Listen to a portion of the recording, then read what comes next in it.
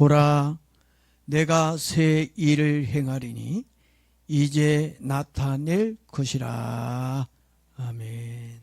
지금 우리는 한 해의 끝과 새해의 시작인 25년도와 26년도의 경계선 위에 서 있습니다.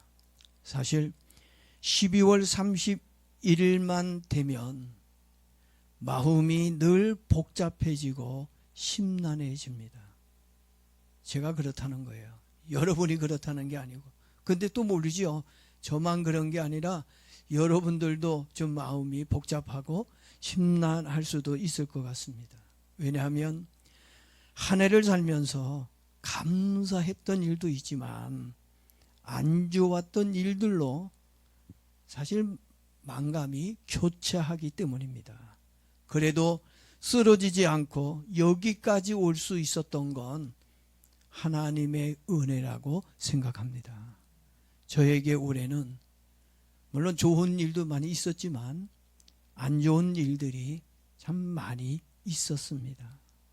불안했던 순간도 있었지만 주님의 은혜로 25년 12월 마지막 날 지금 이 자리까지 올 수 있었던 것 같습니다. 아마 여러분들에게도 올해 안 좋았던 일들과 좋았던 일들이 있었을 거라고 생각이 듭니다. 우리 성도님들 중에 25년도에 안 좋은 일들로 인해 힘든 분들이 있다면 오늘 주신 말씀으로 힘을 얻고 새해에는 더 좋은 일들로 가득하기를 축복합니다. 그리고 좋은 일들이 있었던 분들에게는 새해에도 변함없이 더 좋은 일들로 가득 채워지기를 축복합니다. 본문을 다시 한번 제가 읽어보겠습니다. 보라, 내가 새 일을 행하리니. 우리 하나님은 자기 자녀들이 안 좋은 일들로 인해 계속해서 고통을 받고 힘들어하는 것을 좋아하지 않습니다. 그래서 다시 시작할 수 있도록 힘을 주기 위해 새로운 미래를 열어주시려고 새 날과 새 해를 주셨습니다. 그래서 이사야 선지자는 하나님은 새 일을 행하신다고 하였습니다. 안 좋았던 25년도를 보내고 새로운 삶을 시작할 수 있는 희망찬 26년 새해가 되었으면 좋겠습니다. 특히 새해를 행하시는 하나님은 지나간 해보다는 다가오는 해를 더 귀하게 보시고 축복해 주시는 분이십니다. 오늘 본문 이사야서 43장 말씀을 보니까 이 말씀의 내용은 뭐냐면 이스라엘 백성들이 포로의 아픔과 절망 중에 있었을 때 하나님이 이사야에게 주신 말씀입니다. 그런데 하나님은 18절에서 이렇게 말씀을 하고 있습니다. 너희는 이전 일을 기억하지 말며 옛날 일을 생각하지 말라고 하셨습니다. 이 말씀은 과거의 아픈 기억을 지워버려라, 이런 말이 아닙니다. 과거의 상처에 묶여 미래를 포기하거나 미래를 잃어버려서는 안 된다고 하는 말씀입니다. 지금 많은 사람들이 과거에 받은 상처 때문에 또는 그 실패 때문에 미래까지 포기하는 사람들이 너무 많습니다. 그걸 포기하지 말라는 얘기예요. 우리는 어려운 일들을 겪을 때마다 우린 이런 말들을 많이 합니다. 작년에 실패했잖아. 지난번에도 안 좋았었는데 지금도 마찬가지일 거야. 우리 그냥 포기하자.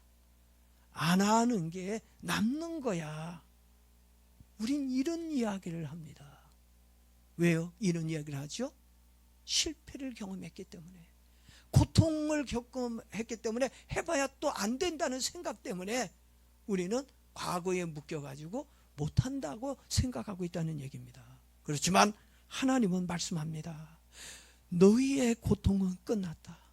과거의 실패에 매여 있지 말고 다시 새롭게 시작해보라고. 하나님 우리에게 뭘 주셨다고요? 새 날과 새해를 주셨다는 것입니다. 새해를 주셨다는 거, 다시 해보라고 주신 겁니다.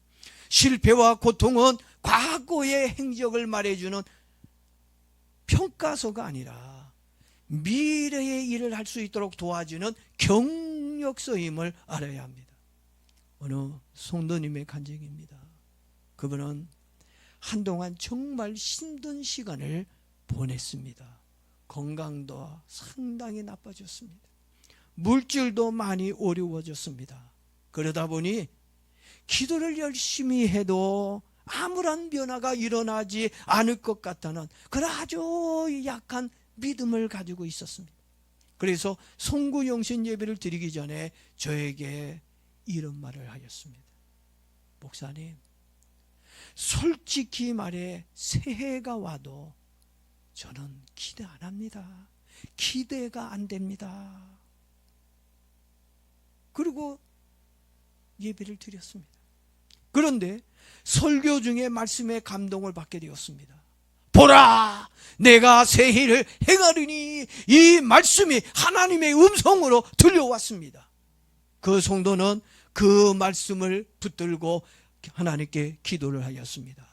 주님, 큰 일 말고 저에게 다시 하나님을 믿을 수 있는 큰 믿음을 주세요. 하나님, 나에게 필요한 건 큰 믿음입니다. 간절하게 울며 믿음을 달라고 부르짖으며 기도했습니다. 그런데 그 다음에 환경이 갑자기 좋아지고 문제가 해결된 것이 아니었지만 마음이 바뀌어졌습니다. 마음이 새로워졌습니다. 불평 대신에 찬송을 불렀고 두려워하기보다는 믿고 기도를 드렸습니다. 그 이후 이 성도는 이렇게 이야기를 했습니다. 목사님, 환경은 그때나 지금이나 비슷한 것 같은데요, 제 인생이 달라졌습니다. 사는 게 재미가 있습니다. 사랑하는 성도 여러분, 하나님은 새 일을 행하시기 전에 먼저 사람의 마음부터 새롭게 만들어 주신다는 거 기억하기를 바랍니다. 여러분의 환경이 26년도에도 새로워지기를 원하십니까? 우리는 매년 송구영신 예배를 드립니다.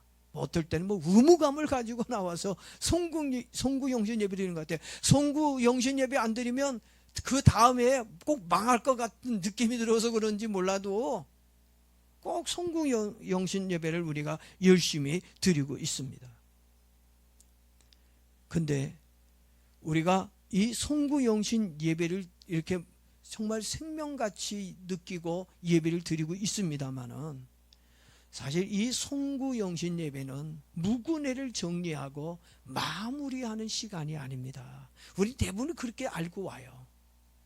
그것도 물론 틀린 건 아니지만 우리 송구영신 예배는 새롭게 시작하는 새해에 대해 마음을 새롭게 결단을 하고 각오하는 시간이 송구영신 예배인 줄로 믿습니다.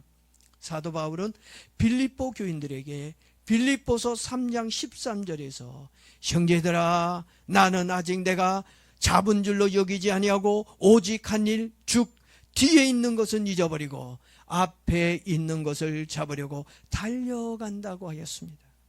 우리들도 과거의 실패와 성공에 미어 있기보다는 사도 바울처럼 모두 잊어버리고 앞에 있는 새 일 위에 달려간다면 다시 시작할 수 있는 은혜가 임할 줄로 믿습니다.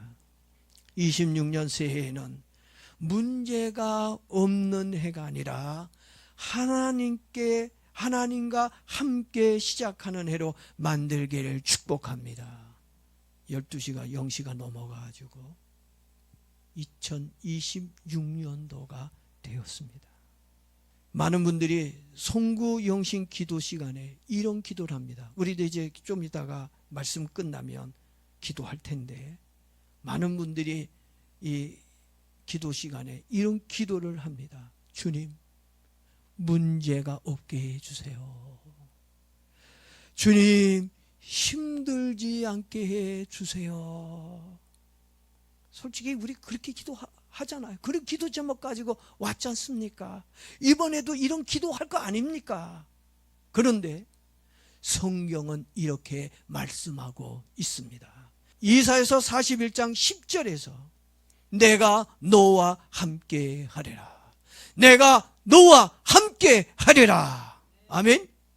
새해의 진짜 축복은 문제가 없는 삶이 아니라 문제 속에서도 하나님과 함께 새해를 행하는 삶이 되어야 할 것입니다. 이제 말씀을 좀 마무리하도록 그렇게 하겠습니다. 25년도의 삶이 많이 힘들었고 어려웠다 할지라도 인생이 끝난 것이 아닙니다. 하나님이 끝났다고 해야 끝나는 겁니다. 여러분이 포기했다고 해서 그게 포기된 게 아니에요. 하나님이 손을 놓으면 그건 끝난 겁니다. 그러나 우리 하나님께서 내가 너와 함께 한다, 내가 너를 축복한다고 분명히 말씀하고 있다고 하는 것입니다. 우리는 26년도를 시작으로 다시 새롭게 출발해야 될 것입니다. 하나님께서 오늘 이 시간에 여러분에게 또 이렇게 말씀을 하고 있기 때문입니다. 보라, 내가 새 일을 행하리니. 보라, 내가 새 일을 행하리니. 우리는 아직 끝나지 않았습니다. 하나님이 나를 위해 다시 일하시기 때문입니다. 오늘 이 예배가 과거를 보내는 예배가 아니라 새로운 미래를 여는 축복의 예배가 되길 예수님의 이름으로 축복합니다.